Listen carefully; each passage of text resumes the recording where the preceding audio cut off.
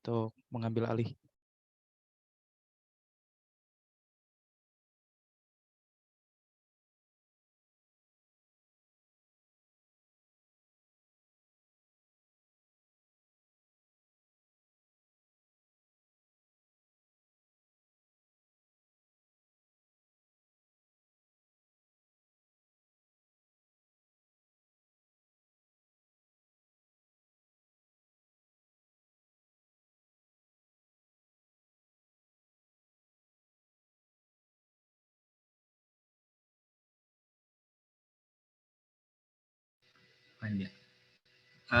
Mbak Raisa, saya bisa dijadikan host supaya saya bisa share materinya.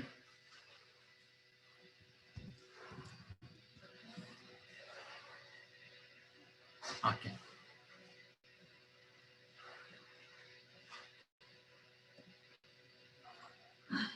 Kelihatan ya?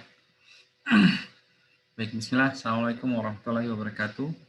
Innalhamdulillah nahmaduhu wa nasta'inuhu wa nastaghfir wa na'udzu billahi min shururi anfusina wa min sayyiati a'malina may yahdihillahu fala mudilla lahu wa may yudlil fala hadiya lahu. Asyhadu an la ilaha illallah wahdahu la syarika lah wa asyhadu anna Muhammadan abduhu wa rasulun la nabiyya ba'dah. Alhamdulillah, kita panjatkan puja dan puji syukur kita kepada Allah Subhanahu wa taala yang banyak memberikan kita nikmat iman, nikmat Islam, dan juga nikmat-nikmat lain yang Allah berikan kepada kita. Termasuk di sini adalah kita duduk di dalam majelis ilmu yang insya Allah diridai oleh Allah Subhanahu wa taala. Salawat dan salam tidak lupa kita curahkan kepada junjungan kita Nabi Muhammad SAW beserta para sahabat, keluarga, dan orang-orang yang terus beristiqomah di jalannya hingga yaumul akhir nanti. Semoga kita termasuk orang-orang yang senantiasa konsisten, komitmen untuk menjadikan Rasulullah sebagai model, sebagai rujukan di dalam hidup kita. Baik, ikhwafillah, hari ini kita bicara tentang sosok luar biasa ya, tokoh seseorang yang diakui tidak hanya dari sisi umat Islamnya, tapi juga sangat diakui oleh orang-orang Eropa dari sekian banyak kehidupannya. Tidak cuma sebagai seorang jenderal, tetapi juga banyak hal yang kemudian buku-buku dikeluarkan oleh orang-orang Eropa itu untuk banyak menulis perihal terkait dengan sosok seorang Salahuddin Al-Ayyubi. Padahal sebelum beliau menaklukkan Baitul Maqdis, itu beliau hanya orang biasa saja sebetulnya. Seorang yang bukan biasa dalam hal yang terkait dunia ya. Tetapi beliau adalah sama seperti orang-orang mukmin yang lainnya. Ya, dia menghafal Quran, ibadahnya luar biasa, dan nanti kita bisa ngelihat saat beliau meninggal dunia, yang beliau tinggalkan kepada anak dan cucunya itu hanya kata-kata di bawahnya. Beliau mengatakan, jangan tumpahkan darah, sebab darah yang terpercik tak akan tertidur. Ini satu legitimasi kata-kata terakhir yang diberikan kepada anak dan cucunya, itu sebagai satu pegangan di dalam hidup. Ya, padahal untuk sekelas Salahuddin Al-Ayyubi, Masya Allah, dia penguasa Mesir, penguasa Yerusalem, penguasa untuk mendapatkan uang, harta, materi itu sangat mudah buat beliau. Tapi di akhir kehidupannya, beliau tidak memiliki apapun. Seorang jenderal yang ditakuti, bahkan sampai sekarang orang Eropa Barat itu masih trauma kalau mendengar kata-kata Salahuddin Al-Ayyubi. Bahkan ada trauma dengan angka 13, ada trauma dengan The Friday. Jadi bahkan ada yang traumanya sampai dengan trauma dengan ketika mendengar 13 Friday. Ini apa maksudnya? Tapi kita lihat sosok ini nggak hilang. Ya, walaupun sudah 1100 tahun, 1100 tahun, artinya kira-kira sudah 900 tahun yang lalu, ya 900 tahun ini masih dirasakan kegetirannya, kepahlawanannya, perjuangannya itu bukan hanya pada di kalangan umat Islam, tapi juga masih dirasakan oleh orang-orang Eropa, rasa trauma dan lain-lain. Makanya kita lihat nanti kisahnya. Nah, wafilah ketika kita bicara tentang Salahuddin Al-Ayyubi, sebetulnya beliau tidak terlepas dari 3 orang yang sangat mempengaruhi hidupnya. Pertama itu adalah ayahnya, yang kedua pamannya, dan yang ketiga ini yang menjadi model orang besarnya itu adalah Nuruddin. Nah, ini nanti kita lihat di slide pertama. Kita bahas dulu tentang apa? Asal dan masa pertumbuhannya. Jadi pada saat Salahuddin Al-Ayyubi lahir di kota Tikrit ya. Jadi Salahuddin ini bukan orang Arab, jadi kalangan non-Arab. Dia berasal dari suku Kurdi. Jadi pada saat beliau lahir, keluarga ini itu dalam kondisi terusir dari kotanya. Nanti bisa kita lihat sejarahnya, tapi kita nggak ngebahas sejarah ini lebih dalam. Kita pengen coba fokus kepada sosok si Salahuddin Ayyubinya.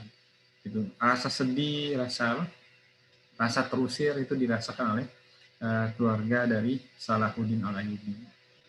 Tapi masya Allah di sana ada orang-orang yang mengatakan kepada ayahnya, bisa jadi nanti anak ini akan menjadi seorang raja yang baik, pejuang yang baik, yang akan membela orang-orang yang luar biasa.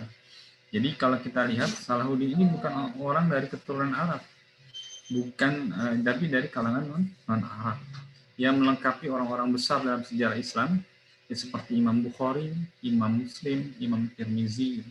Jadi kita orang Indonesia pun bisa menjadi orang-orang yang besar di hadapan Allah Subhanahu Wa Taala. Kalau nanti kita ikuti jejak-jejaknya. Nah kemudian tadi juga udah disampaikan bahwa ini keluarga dalam kondisi terusir. Ya kan? Bahkan ada orang yang mengatakan di kalangan keluarganya, engkau tidak pernah tahu, bisa jadi anakmu ini akan menjadi seorang raja yang reputasinya sangat cemerlang. Nah ini akhirnya membuat ayahnya Salahuddin Ayyubi ini menjadi semangat, karena beliau juga orang yang soleh ya, diajarkan anaknya baca Quran.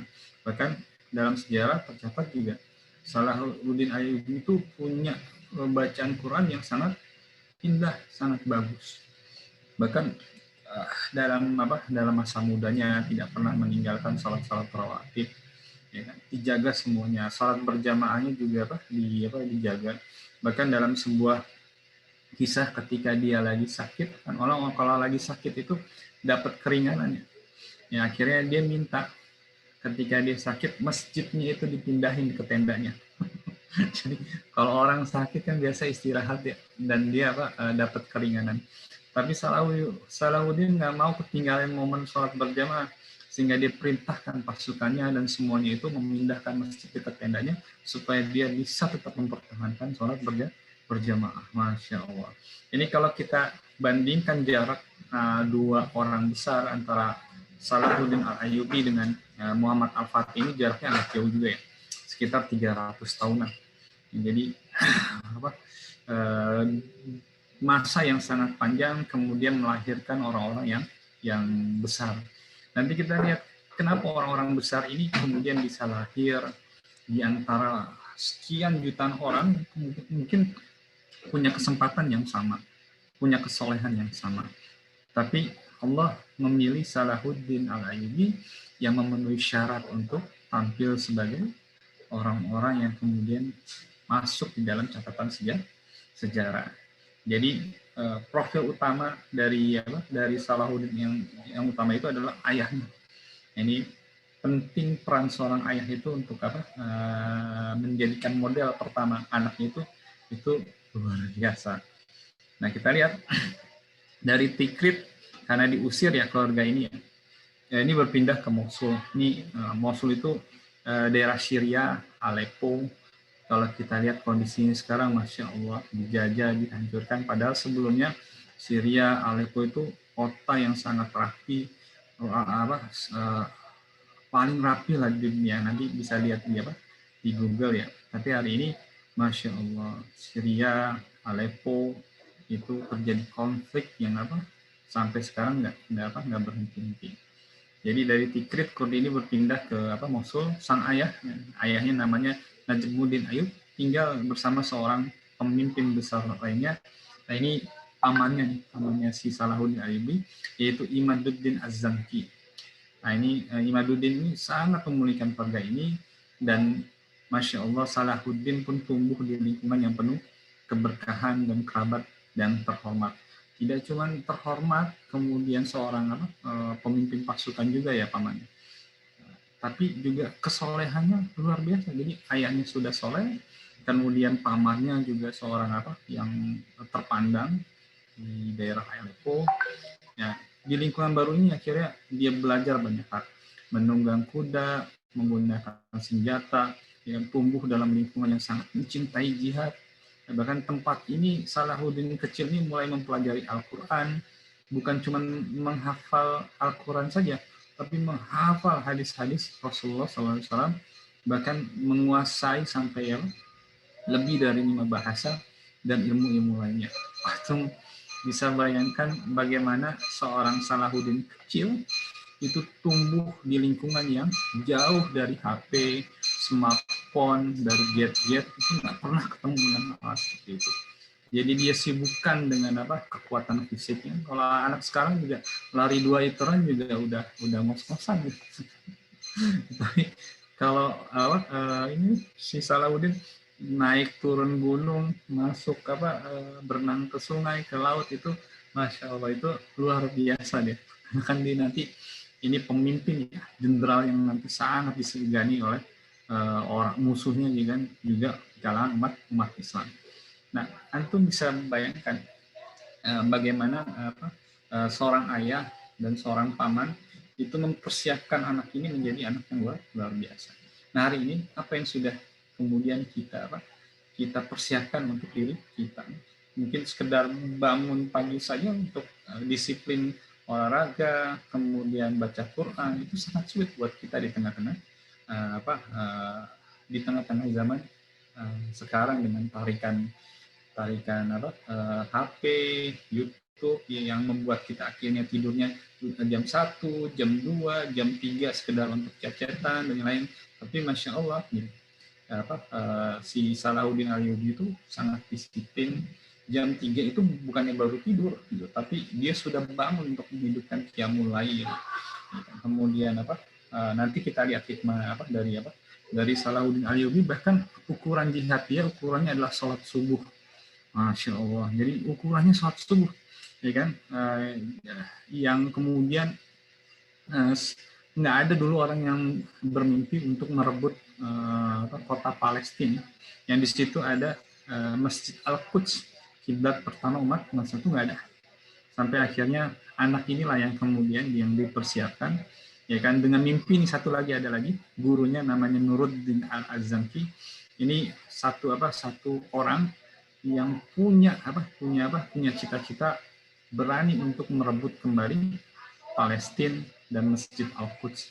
Ini sama kayak ceritanya kayak Muhammad Al-Fatih. Jadi ditanamin juga si Salahuddin Ayyubi oleh si Nuruddin. Ini model yang paling sangat mempengaruhi kepemimpinan yang lain si Salahuddin ini, itu dari Nuruddin Az-Zanki nanti kita.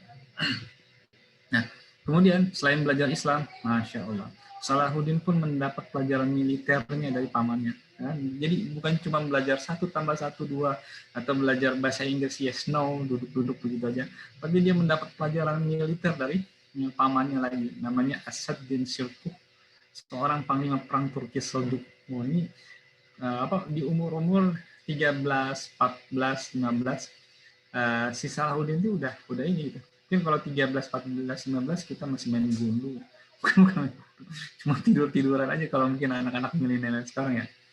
Ini kan ngangkat air udah kecapean, ya kan, ini udah kelebihan berat badan, tapi Masya Allah si Salahuddin Ayyubi ini sudah benar-benar mempelajari kemiliteran, kedisiplinannya luar biasa, bangun paginya luar biasa, tidur ini juga tertib dan yang lain, belajarnya tertib, dia bisa membagi mana waktu dia berlatih militer, membaca buku, menghafal Quran, menghafal hadis, belajar ilmu geografi, karena ini semua yang nanti akan dibutuhkan ketika dia berada di lapangan pertempuran.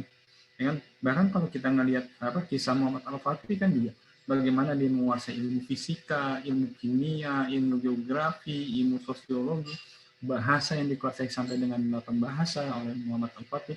Salahuddin Alayubi juga berlaku hal yang sama. Ya, bersama dengan pamannya, Salahuddin menguasai Mesir dan memposisikan sultan terakhir dari Kekhalifan Fatimid. Ini Kekhalifan Fatimid ini orang-orang Syiah semua ya.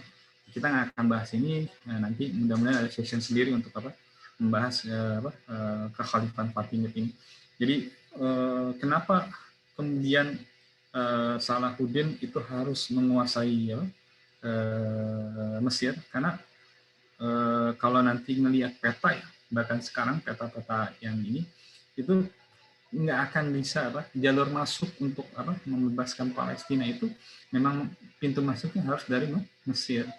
Nah itu untuk mencapai cita-citanya si Salahuddin untuk membebaskan Yerusalem dari orang-orang salib. Nah itu akhirnya dia harus terlebih dahulu untuk menguasai Mesir dari orang-orang Syiah.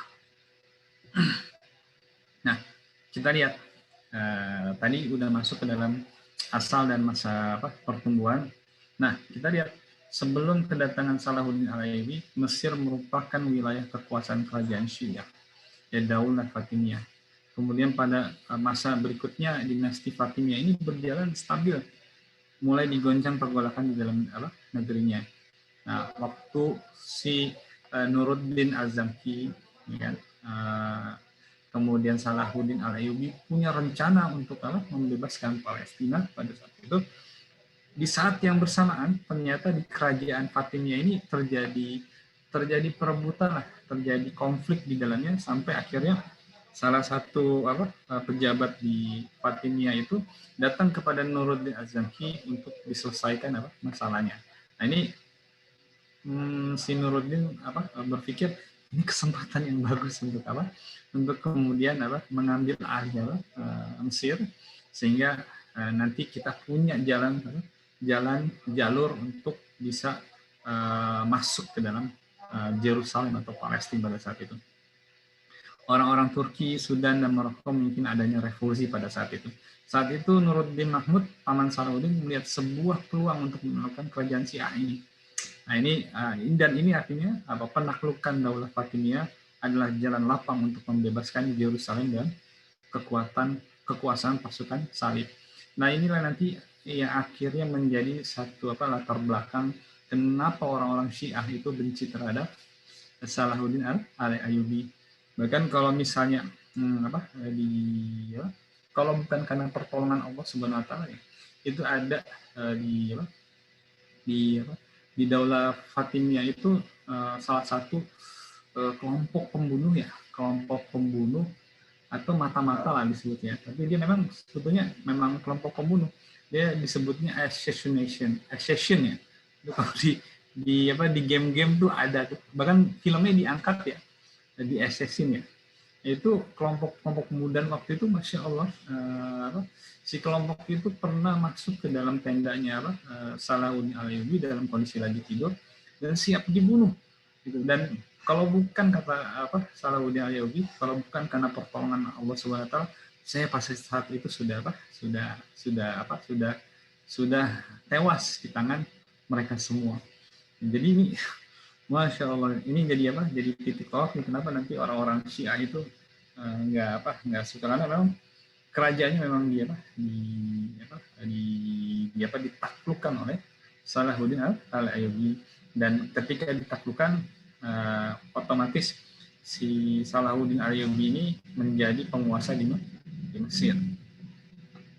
Nah kita balik lagi nih, yang menjadi mentornya siapa? Si Salahuddin Al-Ayyubi, Nuruddin. Kan ada ayahnya tadi, pamannya yang pejabat, dan ini Nuruddin yang menjadi guru dan yang guru ruhiyahnya, guru militernya, guru bagaimana ingin membebaskan Palestina, semuanya di Nuruddin. Nuruddin benar-benar merealisasikan cita-citanya. Nah, setelah Mesir sudah dikuasain, ia mengirim pasukan dari Damaskus yang dipimpin langsung oleh Asaduddin Syirkuh untuk membantu keponakannya Salahuddin Al-Ayyubi. Jadi Asaduddin Syirkuh ini juga satu panglima perang yang luar biasa. Gitu kan.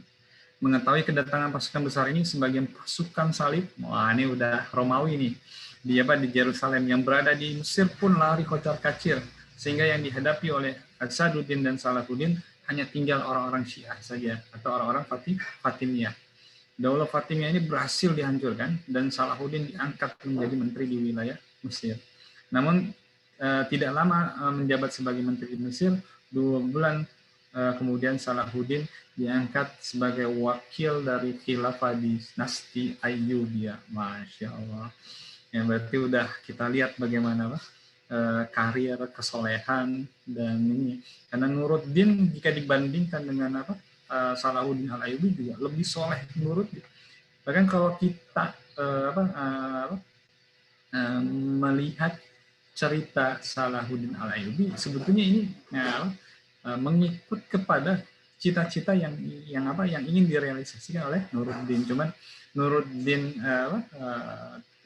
rezekinya sama Allah SWT diberikan batas waktu, kemudian diteruskan oleh muridnya, mentornya, yaitu Salahuddin Al-Ayyubi. Ini luar biasa. Nah, kita lihat lagi, kita lanjutin. Selama 2 bulan memerintah Mesir, Salahuddin membuat kebijakan-kebijakan progresif dan visioner. Tentu bisa bayangkan ketika orang-orang besar mengekspansi, itu biasanya yang dilakukan adalah menertibkan, kemudian menghancurkan, kemudian menangkap-nangkapi. Tapi beda sama Salahuddin Al-Ayyubi. Dia membuat kebijakan-kebijakan progresif yang visioner.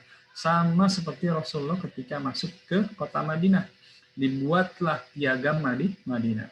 Ini Masya Allah. Karena jaraknya Salahuddin dengan Rasulullah juga juga nggak jauh ya. Biasanya kalau nggak jauh itu tingkat ketaatannya itu jauh lebih lebih hebat dibandingkan kita yang jauh.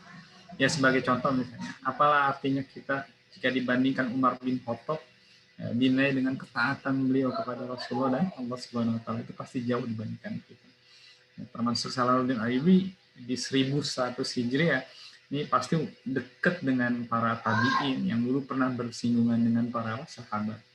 Jadi, Masya Allah, ia membangun 2 sekolah besar berdasarkan mazhab Ahlussunnah wal Jamaah. Jadi, yang pertama kali yang dibangun oleh si Salahuddin itu sekolah pendidikan. Karena dia yakin bahwa pendidikan itu akan bisa merubah cara pandang orang yang tadinya dangkal kemudian menjadi besar. Nah, hari ini antum yang pelajar kemudian jauh dari ilmu, tidak pernah membaca buku, ya ini bagaimana mungkin kemudian generasi ini bisa diselamatkan. Dia membangun 2 sekolah besar ini untuk membangun kebiasaan membaca, belajar, dan yang lain. Bahkan mungkin batasan kita belajar di SMA itu baru membaca, belum bereksperimen, belum mengalami, belum ini itu. Padahal Rasulullah bahkan belajar dan mengalami itu sudah dimulai dari umur 9 tahun. Beliau mengembala domba, mengembala kambing, bahkan di umur ke-11 juga udah berdagang, di umur 13 perdagangannya bukan perdagangan lokal atau RT atau lokal, tapi perdagangannya udah internasional. Nah, kita harus terus banyak kemudian umat Islam, terutama generasi muda ini harus banyak terus mengupgrade diri dan yang lain-lain. Paling nggak banyaklah baca buku di usia-usia antum yang sekarang. Hal ini ya ditujukan untuk memberantas pemikiran Syiah tadi. Ya kan, karena Syiah ini kan luar biasa cara berpikirnya. Yang bercokol sekian lama di tanah Mesir. Karena itu tadi dia yakin bahwa pendidikan yang benar itu akan merubah revolusi pemikiran orang yang tadinya dangkal menjadi baik. Nah, hasilnya bisa dirasakan hingga saat ini. Mesir menjadi salah satu negeri pilar dakwah Ahlussunnah wal Jamaah atau Sunni. Bahkan ribuan ulama juga sampai saat ini juga itu berasal dari Mesir. Bahkan sekolah tertua ya kan Al-Azhar itu juga adanya di Mesir, dan insya Allah sampai sekarang masih gratis. Gitu kan. Makanya banyak orang Indonesia kemudian yang sekolahnya di Al-Azhar Mesir, cuman tinggal biaya hidupnya aja di sana yang apa yang harus disiapkan. Sekolahnya itu gratis sampai sekarang, masya Allah. Dan kita lihat lingkungannya makmur semua. Ya, kebijakan lain yang dilakukan adalah mengganti penyebutan nama-nama Khalifah Fatimiyah dengan nama-nama Khalifah Abbasiyah dalam khutbah Jumat. Bahkan dipanggil, dilibatkan seluruh ulama untuk setiap hari Jumat, didoakan orang itu sebagai alat ukur. Antum bisa bayangkan seorang pemimpin menjadikan doa itu sebagai alat ukur, ya kan, alat ukur kasih sayang, memberikan kebijakan, dan jadi diundang ulama-ulama besar itu untuk mendoakan orang-orang yang masih belum berubah menjadi berubah. Jadi kita lihat progresif improvement yang dilakukan oleh Salahuddin sebagai pemimpin di Mesir itu bukan orang yang kemudian membabi buta, ya, menyingkirkan orang yang berbeda pendapat, tapi justru merangkul orang-orang ini dengan apa, dengan nilai Islam, dengan nilai-nilai yang luar biasa. Ini yang nggak bisa kemudian dunia menghapuskan sejarah ini. Bahkan saking ada orang yang sangat ngefans di Eropa itu, banyak ribuan buku-buku tentang Salahuddin Ayyubi ditulis oleh mereka. Ya, cuman sayangnya mungkin ada yang dapat hidayah, ada yang sekedar saya ngefans aja sama Salahuddin Ayyubi, cuma sebatas itu. Tapi ada juga yang akhirnya mendapat hidayah dari momen-momen yang didapatkan dari peristiwa kehidupan Salahuddin Ayyubi. Bahkan antum bisa bayangin penguasa Mesir, ya kan, bahkan kalau ada orang gitu minta bantuan uang, dia mengatakan 2 hari lagi datang ke saya. Antum bisa bayangin seorang penguasa Mesir itu bisa nggak punya duit. Kalau Firaun aja duitnya banyak kan kayak begitu kan, apa aja bisa gini, bahkan ngaku Tuhan. Ini si Salahuddin Ayyubi itu nanti datang lagi ya 2 hari atau seminggu, saya usahakan ada buat uang untuk bantuan kamu. Ini raja, penguasa, itu bukannya menteri atau jenderal, ini udah penguasa Mesir istilahnya. Tapi masya Allah, kita lihat kesederhanaan hidupnya luar biasa. Nah, lanjut ke berikutnya. Setelah Mesir sudah dikuasai selama 2 bulan tadi ya, antum bayangin perubahan itu hanya dilakukan dalam waktu 2 bulan, bukan setahun, bukan 2 tahun, 3 tahun. Dan pasti kuncinya adalah kedekatan dia terhadap Allah Subhanahu wa Ta'ala. Yang pertolongan Allah kemudian datang, kemudian banyak progres-progres yang dilakukan. Kenapa? Karena Salahuddin juga hidup bersama dengan orang-orang yang soleh pada saat itu, yang saling mendoakan, menjaga qiyamul lailnya, menjaga bacaan Qur'annya, menjaga ibadah-ibadahnya, sehingga semakin dekat mereka terhadap Allah Subhanahu wa Ta'ala. Lanjut kepada cita-citanya, yaitu menaklukkan Yerusalem dan membebaskan Palestina, dan membebaskan Masjid Al-Quds sebagai kiblat pertama umat Islam pada zaman Rasul. Jadi sebelum Ka'bah itu, di kiblat pertama kita ya ada di Masjid Al-Quds. Hari ini ya kan kita melihat bahkan belum ada satupun dari kita yang mampu membebaskan Al-Quds dari orang-orang ya Yahudi. Mudah-mudahan kita diberikan kekuatan sehingga generasi kita semakin baik, bukan generasi yang kemudian menjadi alay lah ya, bahasa-bahasa begitu, jauh dari kejantanan, dari kegagahan, yang laki-laki jadi lemah gemulai, yang perempuannya juga jadi kayak gimana nggak jelas. Nah, mudah-mudahan dengan kita belajar dari kisah-kisah tokoh ini, kita bisa mengimprovement bagaimana meniti jalan seperti yang dilakukan oleh Salahuddin Ayyubi. Nah, menaklukkan Yerusalem, persiapan Salahuddin untuk menggempur pasukan salib di Yerusalem itu benar-benar matang. Jadi kalau kita dikasih ini rencana buat bikin usaha dagang gitu biasa, tapi Salahuddin ini membuat rencana bagaimana bisa merebut kembali Yerusalem yang sudah dikuasai hampir 100 tahun ya.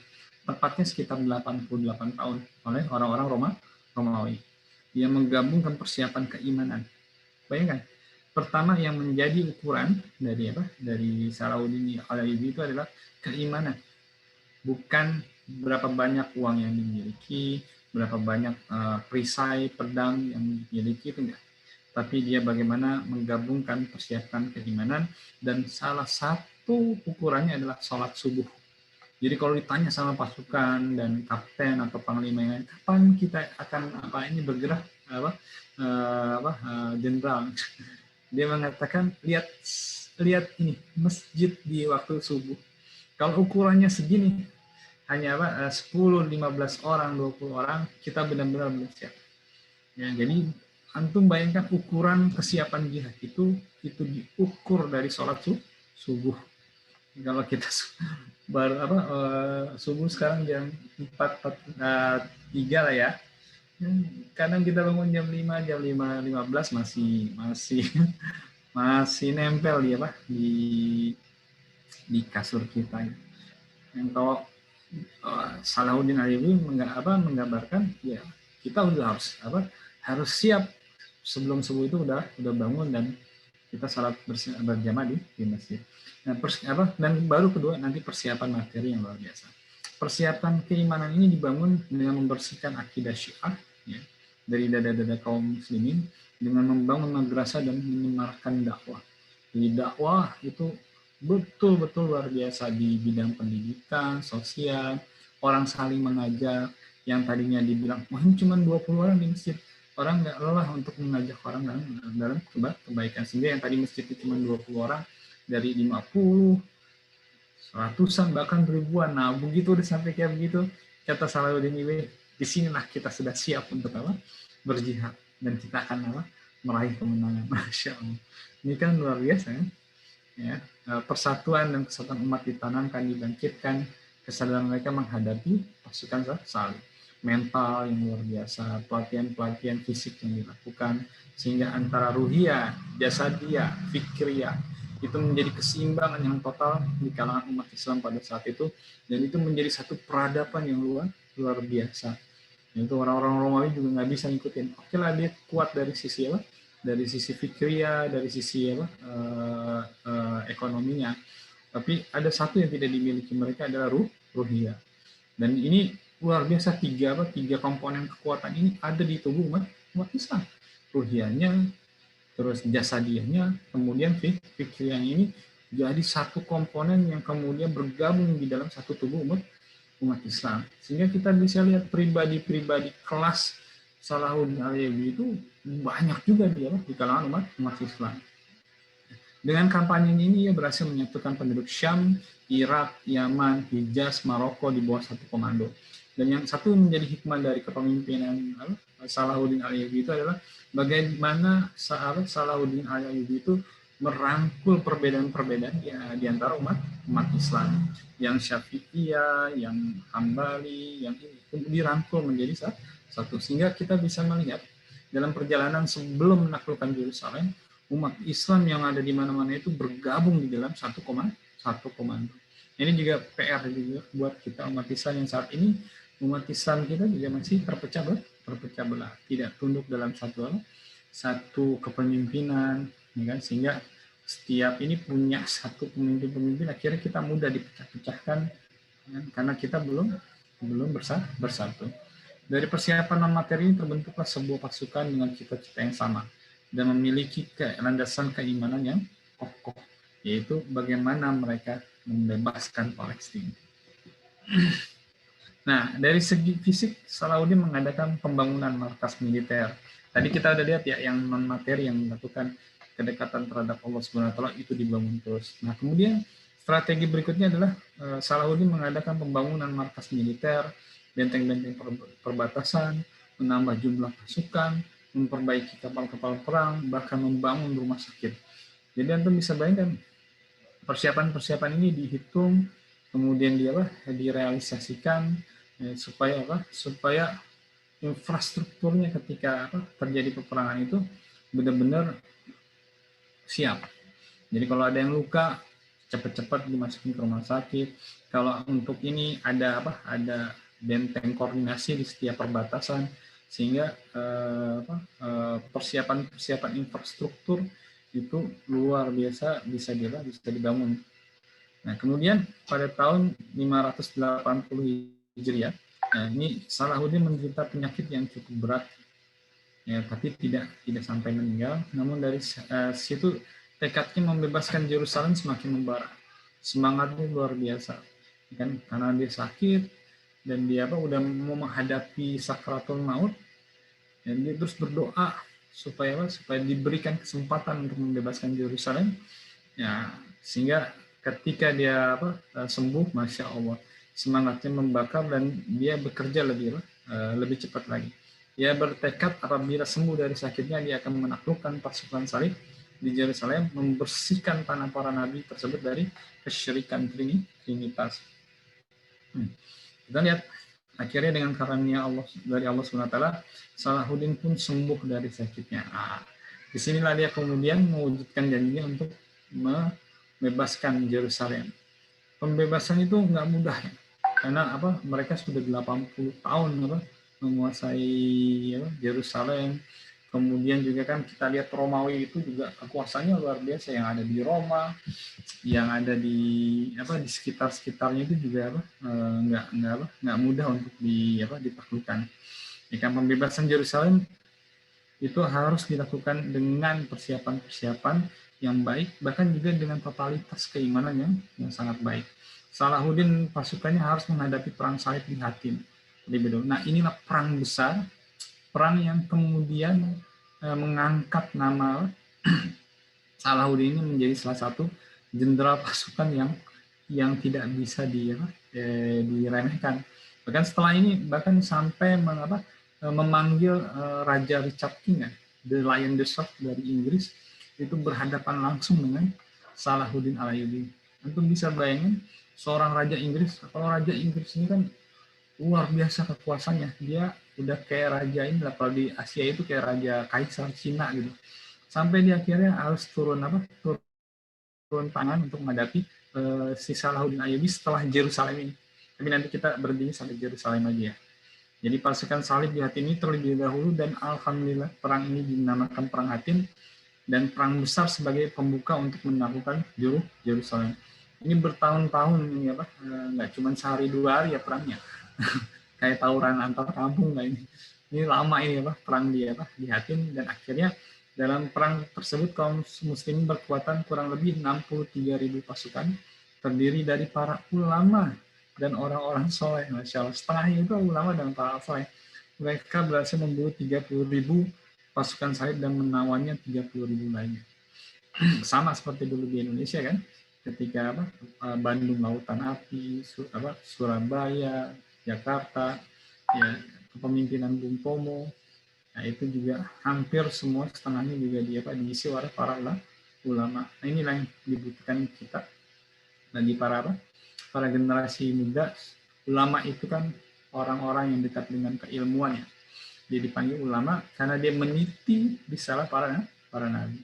Mudah-mudahan dari sini juga akan muncul ulama-ulama yang memang sangat dekat dengan ilmu ya. Yang paling enggak bisa kayak Ustadz Hadi Hidayat ya. Masya Allah, keilmuannya luar biasa. Kemudian setelah menguras energi di Hattin, akhirnya kaum muslimin tiba di Al-Quds, Yerusalem. Wah, ini udah Hattin habis, karena nggak ada petanya, nggak bisa ya. Jadi Mesir, Hattin, kemudian nanti baru nanti itu udah masuk ke dalam pintu gerbang Yerusalem. Dengan pasukan yang besar, tentara-tentara ini mengepung kota suci itu. Jadi Yerusalem itu kan juga termasuk kota sucinya orang Romawi. Jadi betul-betul dipertahankan dengan baik bantuan dari mana-mana, itu pasti nggak bakalan mereka diam aja. Karena dia menganggap itu sebagai kota suci mereka juga. Sama seperti umat Islam. Dan akhirnya pun perebutan kota Yerusalem ya di Al-Quds ini perang berkecamuk, pasukan salib sekuat tenaga mempertahankan diri. Bahkan beberapa pemimpin muslim pun menemui syahid mereka. Jadi orang-orang tangguh di Yerusalem, orang-orang Romawi semua kumpul di situ. Bahkan para crusader itu di atas pasukan knight ya. Jadi pasukan elit lah gitu kan, crusader ini. Bahkan dia pasukan pemecah Jadi kalau ada yang nggak bisa iniin, tanggulangin, maka kalau sama si Crusader itu selesai itu semua masalahnya. Gitu. Kira-kira yang dihadapi oleh Salahuddin Al-Ayyubi itu kayak begitulah pasukannya ya. Ngeri juga. Melihat keadaan ini kaum muslimin semakin bertambah semangat untuk menaklukkan pasukan Salib. Jadi ketika mereka melihat tantangan seperti itu, umat Islamnya bukan tambah takut, tapi tambah semangat gitu. Tambah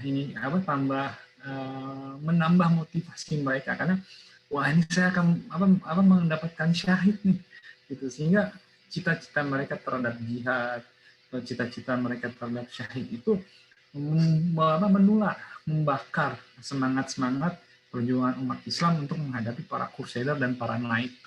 Ya, bentuk realisasi knight itu ya, pasukan knight itu ya. Bang, udah masuk jam istirahat untuk sesi pertama, Istirahat. nanti Okay. dilanjut di sesi kedua pada pukul 10.30 atau 10.35. Siap. Ya. Oke. Baik, kita tutup dulu dengan baca hamdalah. Alhamdulillah. Alhamdulillahirobbilalamin. Untuk peserta NKI di Bismillah, assalamualaikum warahmatullahi wabarakatuh. Tadi sampai dengan menaklukkan Yerusalem ya, perang di Hattin ya. Jadi kalau kita lihat tadi petanya, yang harus dilakukan adalah menguasai Mesir, kemudian Hattin, baru bisa iniin masuk ke dalam Yerusalem. Tapi di Yerusalem ternyata Masya Allah pasukan-pasukan yang ada di dalam benteng itu bukan pasukan biasa. Jadi udah ada pasukan knight-nya, pasukan crusader-nya, dan lain-lain. Itu lengkap semuanya ada di Yerusalem. Bahkan representasi The Knight ya, itu bisa kita lihat filmnya diadaptasi kayak film Batman. Itu salah satu sebetulnya pasukan-pasukan salib sebetulnya. Ya kan, yang datang menyusup malam-malam, ya. Cuman kita kan nggak pernah tahu tentang hal tersebut. Sebentar. Iya.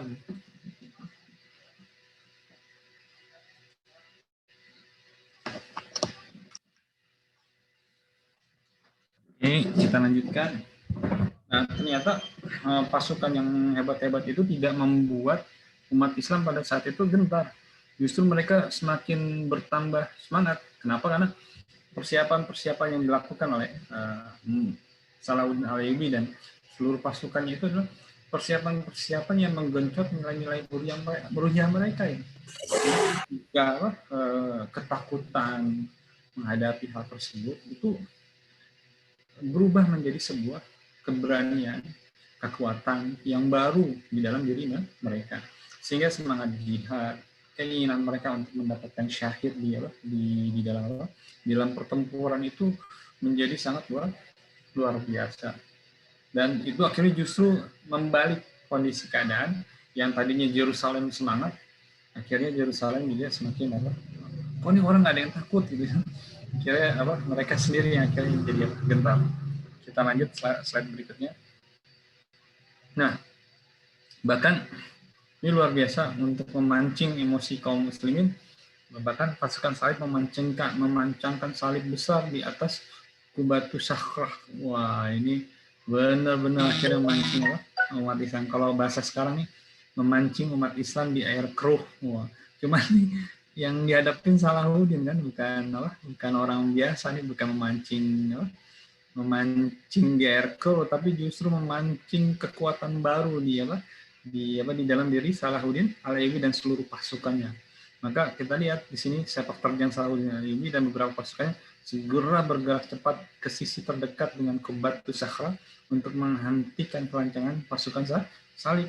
Ya, kemudian kaum muslim berhasil menjatuhkan dan membakar salib tersebut. Setelah itu Jundullah menghancurkan menara-menara dan benteng-benteng di sekitar Al-Quds semua. Jadi ini tadinya maksudnya untuk memancing emosi supaya rencana peperangannya agak kabur ya. Nah, orang kalau emosi jadi nggak sejalan antara rencana dengan sikap ya. Tapi ini justru menambah kerapian barisan, kesungguhan, umat Islam pada barisan yang lebih rapi. Dan ini jadi salah perhitungan buat orang-orang pasukan salib. Masya Allah.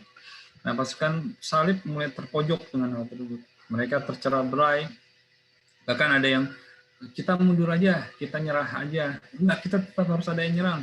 Ya kan? Dan akhirnya mereka mengajak berunding untuk menyerah karena posisinya udah benar-benar terkepung, dan bala bantuan dari luar itu juga udah ditutup.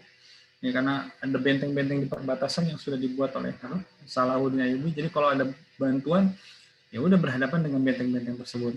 Namun Salahuddin menjawab, aku tidak akan menyisahkan seorang pun dari kaum Nasrani, sebagaimana mereka dahulu tidak menyisahkan seorang pun dari umat Islam ketika menaklukkan Yerusalem. Jadi melihat sejarah Yerusalem dikuasai orang-orang salib 88 tahun, itu subhanallah sadis juga gitu. Jadi ketika mereka masuk ke Yerusalem, seluruh umat Islam, baik itu anak-anak, perempuan, laki-laki, semuanya dibunuh semua. Ya, namun pimpinan pasukan salib, nah ini negosiasi lagi sama si ini Salahuddin Ayyubi, karena kan dia tahu nih, ini orang baik nih, nggak mungkin sesadis itu kan. Nah, cuman akhirnya pemimpin pasukan Balian bin Barzan mengancam lagi, jika kaum muslimin tidak mau menjamin keamanan kami, maka kami akan bunuh semua tahanan dari kalangan umat Islam yang jumlahnya hampir mencapai 4.000 orang. Kami juga akan membunuh anak-anak dan istri-istri kami. Jadi, udah mau membunuh tahanan, mereka juga mau membunuh anak-anak dan istri mereka. Ya kan? Saking udah stresnya nih, putus asanya mereka kan. Kami akan menghancurkan bangunan-bangunan, membakar harta benda, dan menghancurkan kubatu sakhra. Nah, ini yang akhirnya agak sedikit gentar nih si Salahuddin. Membakar apapun yang bisa kami bakar, dan setelah itu kami akan menghadapi kalian sampai darah penghabisan. Satu orang dari kami akan membunuh satu orang dari kalian. Kebaikan apalagi yang bisa engkau harapkan. Inilah ancaman yang diberikan pasukan salib kepada Salahuddin Al-Ayyubi. Jadi, waduh, jadi karena Salahuddin bukan orang yang ini ya, yang egois dan keras kepala, akhirnya pun Salahuddin luluh juga hatinya.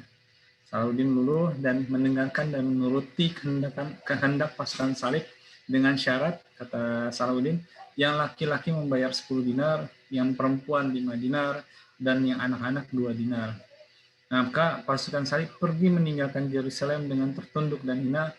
Kaum muslim berhasil membebaskan kota suci ini untuk kedua kalinya tanpa harus membunuh orang-orang yang ada di dalamnya. Ya. Dan tidak melakukan seperti apa yang mereka lakukan pada saat mereka menguasai Yerusalem 88 tahun ketika waktu itu umat Islam menguasai Yerusalem.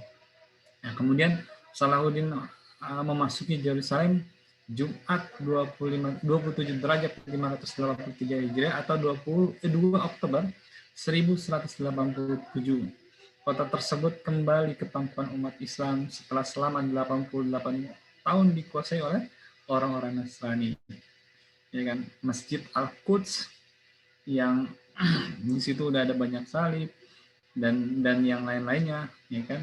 Kemudian dirubah, difungsikan kembali dan mengembalikan kemuliaannya, kehormatannya menjadi masjid yang luar biasa. Masya Allah.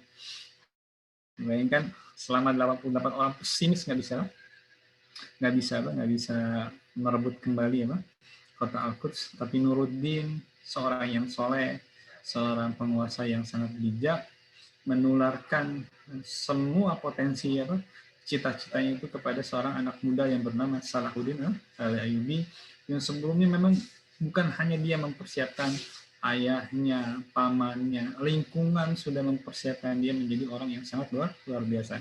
Padahal sebelum terjadi penaklukan Baitul Maqdis ini, Salahuddin itu bukan siapa-siapa. Orang yang biasa saja, orang yang soleh, tapi mungkin luar biasa di hadapan Allah Subhanahu wa Ta'ala.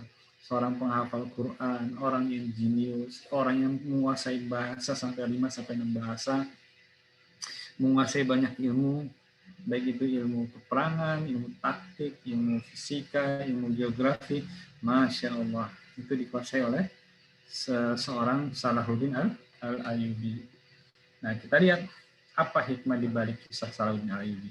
Sebenarnya kisahnya masih panjang ya. Belum lagi nanti berhadapan dengan Richard King.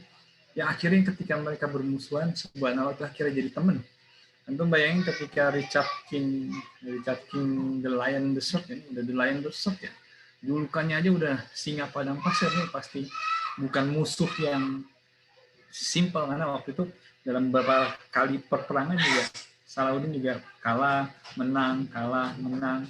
Ya, tapi di akhir-akhir hidupnya mereka berteman, masya Allah, berteman karena ketika si Richard King itu sakit, yang ngirim dokternya itu ya Salahuddin Ayyubi, dikirim dokternya sembuh gitu kan, masya Allah.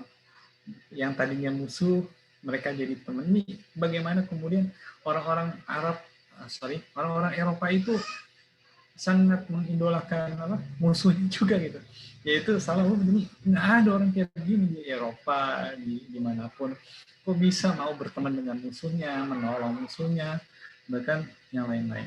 Nah nih, kita lihat hikmah di balik kisah Salahuddin Ayyubi, mudah-mudahan kita bisa menitinya. Yang pertama adalah di balik semua keberhasilan Salahuddin Ayyubi, dia menjadikan sholat subuh itu sebagai ukuran, sebagai patokan, sebagai kesiapan, sebagai nilai kesolehan. Itu adalah sholat subuh. Di mana saat ini zaman yang sudah mendekati titik-titik akhir zaman ya, orang justru banyak meninggalkan sholat subuh. Ya, bahkan kata Rasulullah SAW, keutamaan sholat itu, keutamanya itu ada di awal waktu. Jadi kalau orang subuh baru bangun ya repot juga. Harusnya sebelum subuh itu dia harusnya sudah bangun. Bahkan sebelum sholat subuh itu ada sholat qobliyah yang namanya sholat fajar, disebut para ulama. Itu kalau kita sholat fajar, antum dapat isi dan seluruh dunianya. Itu lebih mahal dari laptop antum, HP antum yang cuma 3 jutaan, 2 jutaan, atau mungkin ada laptop antum yang harganya 30 jutaan. Itu dibandingkan sholat fajar masih kalah semuanya. Karena antum dapat isi dan seluruh dunia itu sholat fajar. Apalagi sholat subuhnya, itu baru sholat sunnahnya kan, belum sholat subuhnya gitu. Jadi Allahu ghayatuna, ya kan, la razaqu illallah, tidak ada yang memberikan rezeki kecuali Allah Subhanahu wa taala. Tidak ada yang memiliki kekuasaan kekayaan ini, Allah Subhanahu wa taala. Antum cari kepada sumbernya yang ini. Bahkan solusi masalah-masalah di dalam hidup kita, kalau kita kemudian mencari selain Allah Subhanahu wa taala, ya nggak bakalan selesai. Karena yang menyelesaikan, yang memahami seluruh urusan kita adalah Allah Subhanahu wa taala. Cari di dalam ibadah-ibadah kita. Dan Salahuddin Ayyubi itu menjadikan sholat subuh itu sebagai ukuran. Di sebelum sholat fajar, kalau kita masih terbangun, ada keutamaan fadilah kita beristighfar. Ya kan, 10 menit, 15 menit sebelum subuh, itu disunahkan oleh Rasulullah untuk beristighfar. Sebelum itu ada sepertiga malam terakhir, ya kita bisa bangun sholat tahajud. Ini jadi apa? Ibadah unggulannya para sahabat dan Rasulullah. Sebelum perintah sholat 5 waktu ada, sebelum perjalanan Isra Mi'rajnya Rasulullah SAW, ibadah itu wajib itu ada di sholat malam. Dan selama 2 tahun para sahabat dan Rasulullah SAW itu melakukan ibadah itu sebagai persiapan yang luar biasa. Makanya kan setelah Rasulullah tidak menerima wahyu selama 2 tahun, dari wahyu yang pertama kali ya, Iqra bismi rabbikal ladzi khalaq, maka 2 tahun setelah 3 tahun kemudian turun ayat berikutnya. Nah itu adalah surat Al-Muddatsir. Ya ayyuhal muddatsir qum fa'anzir wa rabbaka fakabbir. Wahai orang yang berselimut, bangunlah. Yang bayangin, orang kalau lagi tidur itu kan posisi yang paling enak, paling nikmat, paling luar biasa. Sama Allah itu disuruh bangun. Qum fa'anzir, bangun, bergerak, sampaikan risalah kepada orang. Antum dalam kondisi lagi nggak siap, Rasulullah itu disuruh untuk berdakwah. Tapi ada kuncinya. Wa rabbaka fakabbir, agungkan. Jadi kalau kita nggak siap, kita masih kebingungan. Setiap orang pasti kalau dikasih tugas begitulah, bingung. Ini Rasulullah juga begitu. Tapi dikasih kuncinya sama Allah SWT.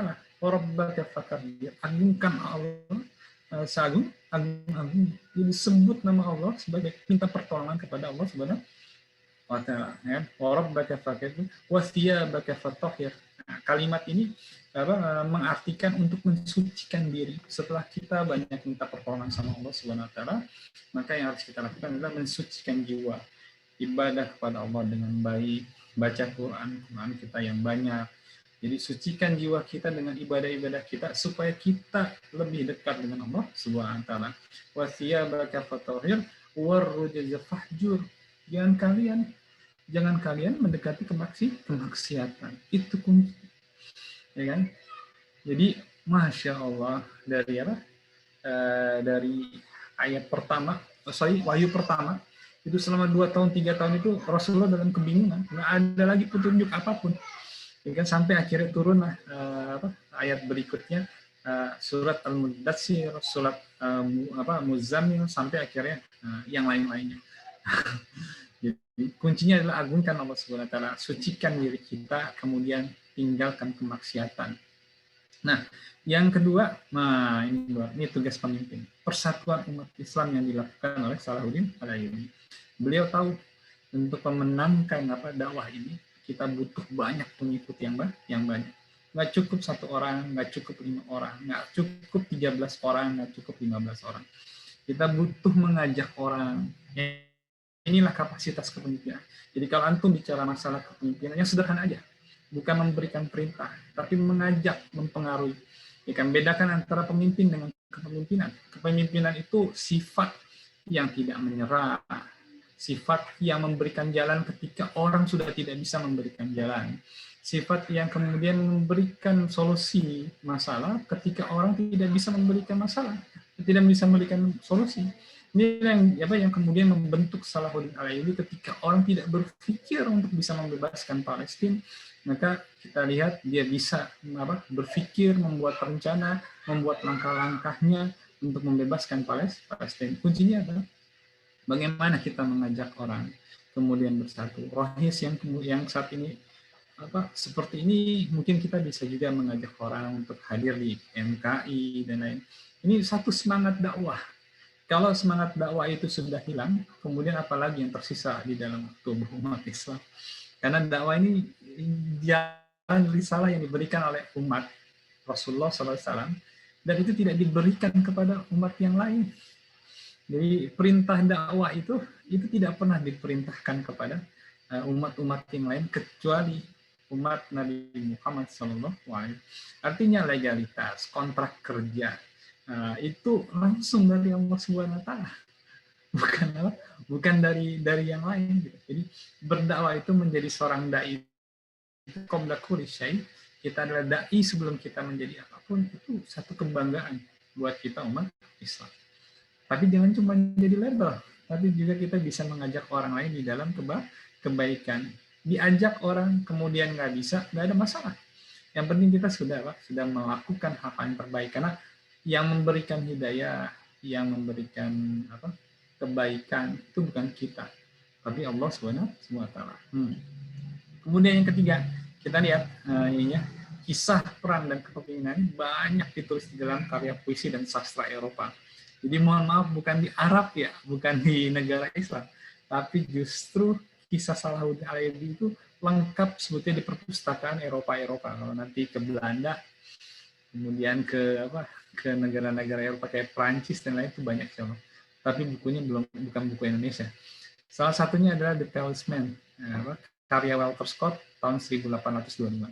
Cerita-cerita heroiknya telah banyak dicatat dalam buku-buku sejarah. Bahkan penggalan kisahnya diangkat oleh Ridley Scott, ini seorang sutradara film. Itu ada film Kingdom of Heaven di tahun 2005. Ya, ini tentang bagaimana cerita tentang kepemimpinan Salahuddin Al-Ayyubi. Bahkan ada sejarawan Philip K. Hickey, penulis buku The History of the Arab, membagi perang salib menjadi 3 periode. Periode pertama itu disebut periode penaklukan daerah kekuasaan Islam. Ya, pasukan salib yang dipimpin oleh Godfrey of Bouillon mengorganisasi strategi perang dengan rapi. Mereka berhasil menduduki kota suci Yerusalem 7 Juni tahun 1099, kemudian 88 tahun kemudian direbut lagi oleh Salahuddin Al-Ayyubi. Pasukan salib melakukan pembantaian besar-besaran selama lebih kurang 1 minggu. Untuk bayangkan, Pak, waktu menguasai Yerusalem tahun 1099, itu selama seminggu itu terjadi pembantaian dan tidak membedakan laki-laki dan perempuan, anak-anak dan dewasa, tua dan muda. Ya, kemenangan pasukan Islam dalam periode ini telah mengubah peta dunia Islam dan situasi di kawasan itu. Tapi antum bisa lihat tadi ceritanya sama dengan cerita-cerita orang di Eropa. Begitu Salahuddin menaklukkan Yerusalem, tidak ada satupun darah yang kemudian tertetes dari tubuh-tubuh orang-orang Nasrani. Nah, kita baik lagi ke awal, Masya Allah. Inilah warisan yang ditinggalkan oleh Salahuddin. Ingin meninggalkan dunia ini. Kata beliau, jangan tumpahkan darah. Sebab darah yang terpercik tak akan tertidur. Kalimat ini mungkin sulit untuk kita pahami dalam situasi yang sekarang. Ya, apalagi situasi yang aman, nyaman, dan lain-lain. Tapi mungkin bisa kita pahami ketika dalam situasi Indonesia sebelum tahun 1945. Pada saat Indonesia juga mengalami perjuangan mempertahankan negara, mempertahankan nyawa, mempertahankan harga diri dari penjajah-penjajah yang datang ke dalam negeri ini. Yang mudah-mudahan ini bisa kita pahami dengan baik. Bahkan di akhir kehidupan Salahuddin Al-Ayyubi tidak meninggalkan satu materi apapun untuk anak-anaknya. Nggak ada kecuali satu lembar kain yang dipakai beliau di akhir hayatnya. Yang mudah-mudahan ini bisa jadi contoh buat kita bahwa apapun yang kita miliki pada akhirnya kita hanya membawa selembar kain jasad untuk menutup tubuh kita saja. Tidak ada yang lain. Ya, mudah-mudahan itu bisa jadi generasi yang mampu bisa meniti jalan si Salahuddin Al-Ayyubi, walaupun itu hanya 5%-nya saja.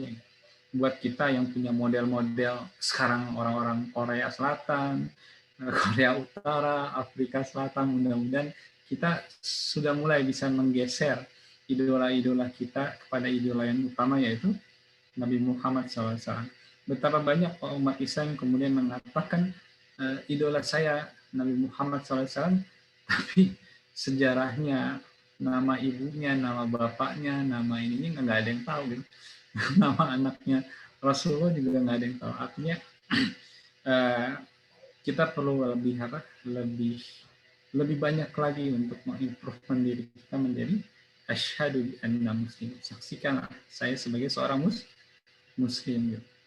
Karena luar biasa tarikan-tarikan budaya-budaya yang sebetulnya budaya mereka adalah budaya yang jelek, ya, tapi pengemasannya ya karena pendekatannya adalah hawa nafsu, itu akan jadi menarik buat anak-anak muda. Bayangin kebiasaan hidup orang Korea Selatan untuk bermabuk-mabukan itu luar biasa.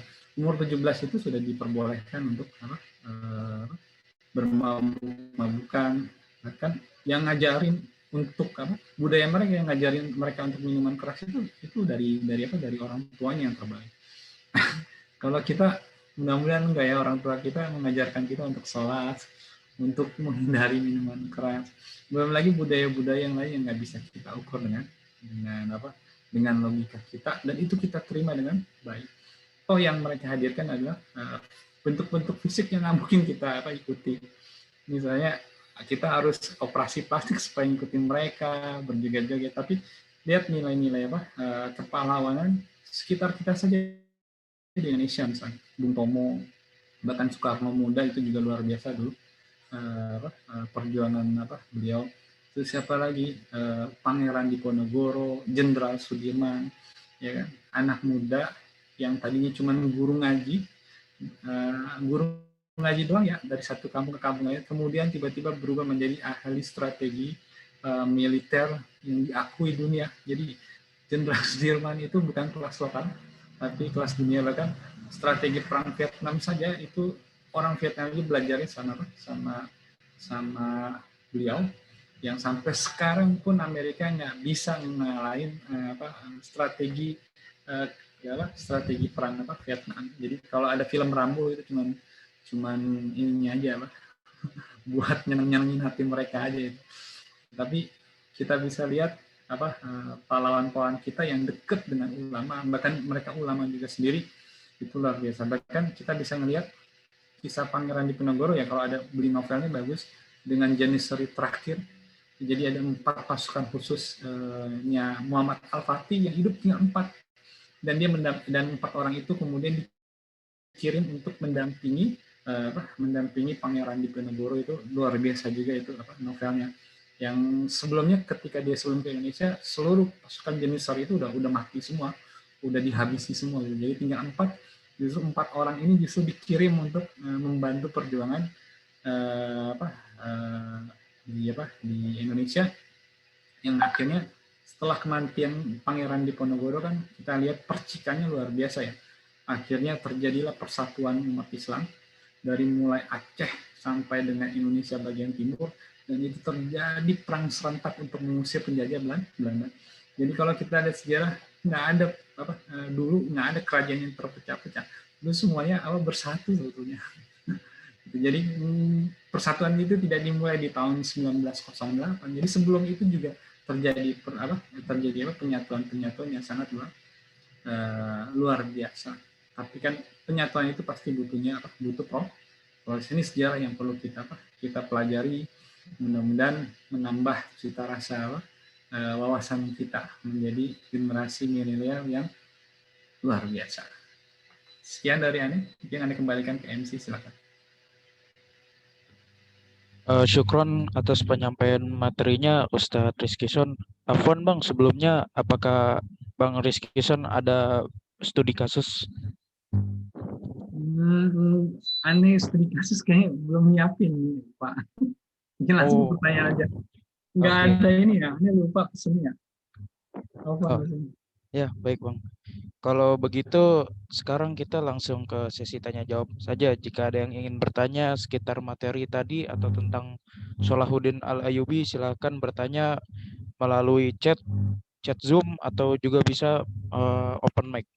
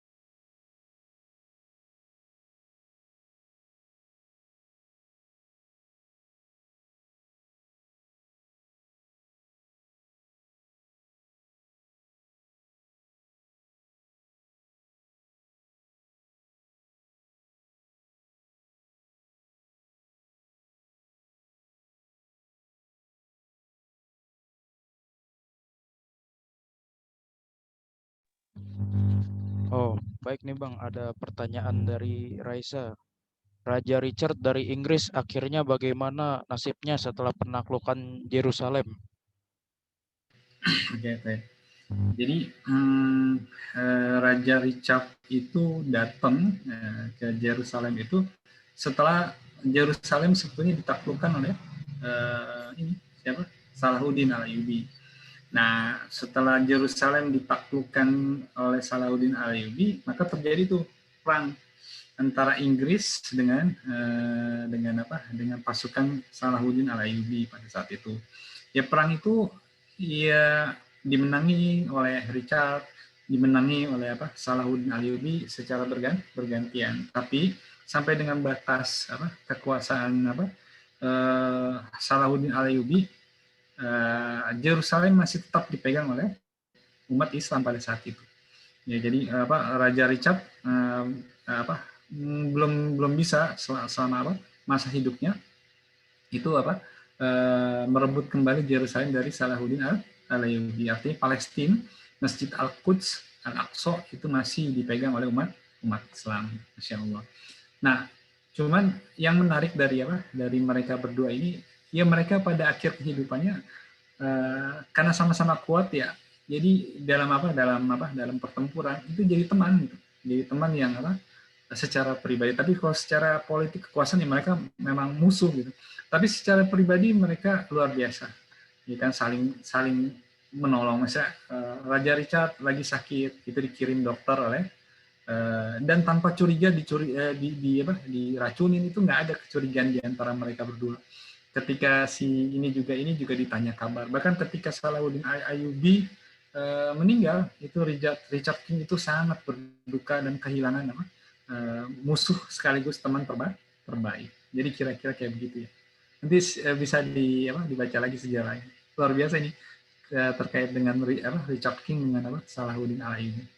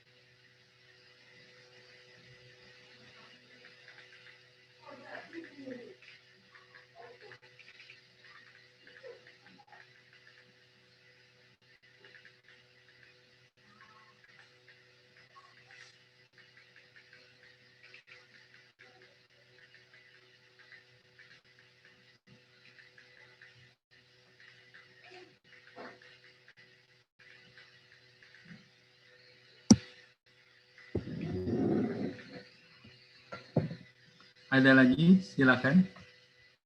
Jika ada yang ingin ditanyakan.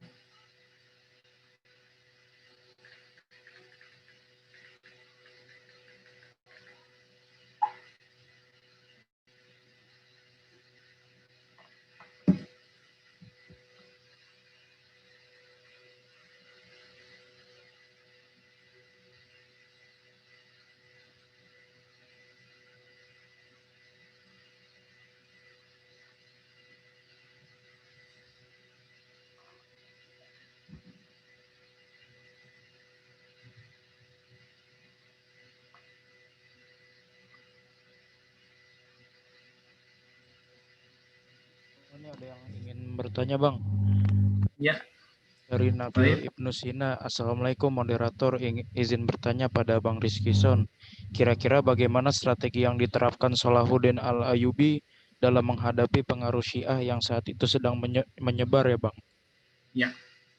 Jadi luar biasa strateginya Salahuddin Ayyubi itu tadi seperti yang Anda sampaikan, dia membangun dua lembaga pendidikan yang besar.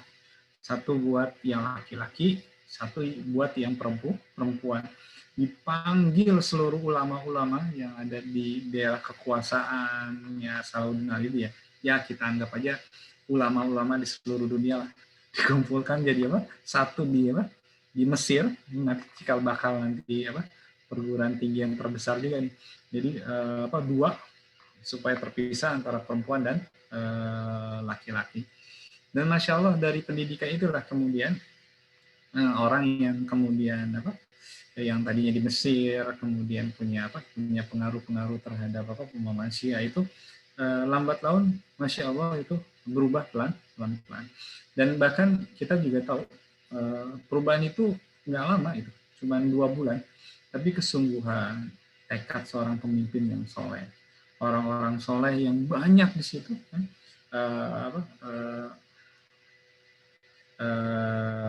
pada saat itu cepat merubah kontrol mereka itu terhadap pemahaman Syiah. Walaupun ada juga banyak sisa-sisa orang-orang Syiah yang masih hidup ya, pengaruh-pengaruhnya, bahkan mereka bergabung. Dan orang-orang Syiah itu paling nggak suka dengan yang namanya Salahuddin Ayyubi sampai sekarang, karena peristiwa ini kehancuran ini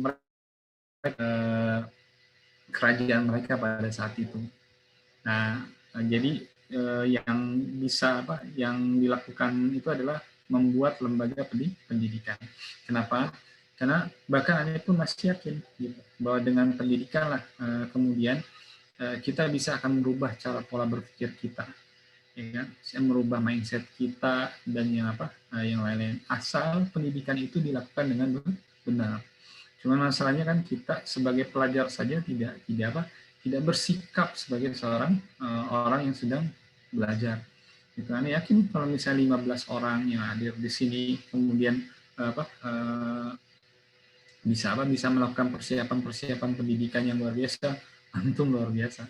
Bahkan waktu itu Anda pernah ketemu 10 orang, satu dari 10 orang, ini di luarnya Pak Habibie ya, yang dulu pernah disebutin oleh Soekarno kan, berikan aku 10 pemuda, gitu. Salah satunya sebetulnya Pak Habibie kan. Anda pernah ketemu lagi dulu sama satu orangnya. Itu Masya Allah, itu kalau lihat orangnya sederhana tapi pinter banget. Gitu. Dia emang ininya dia di luar negeri, kalau nggak salah di Jerman juga waktu itu. Nah itu cerita bagaimana perjuangan dia merubah Indonesia tanpa harus diketahui oleh banyak orang pada saat itu jadi pekerjaan ikhlas yang luar biasa. Tapi yang menarik itu bukan hasil kerjanya, tapi bagaimana 10 orang ini melakukan persiapannya. Kan butuh kesabaran. Orang lagi main YouTube, main TikTok, ente enggak. Orang begadang sampai jam 3 nonton film, ente jam 9 udah tidur. Orang jam 3 baru pada tidur dari begadang, antum udah bangun buat baca buku dan yang lain-lain. Bahkan salah satu rahasianya Habibie pintar itu kan adalah kebiasaan dia bangun jam 2 untuk belajar. Jadi kebiasaannya baca Quran dulu, kemudian sholat tahajud, kemudian dia baca buku di situ.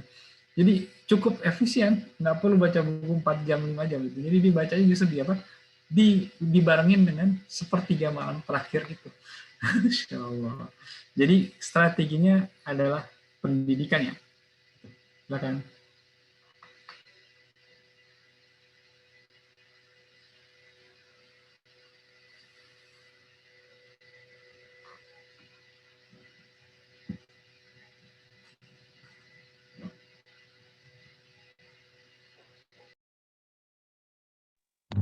Apakah ada yang ingin bertanya lagi?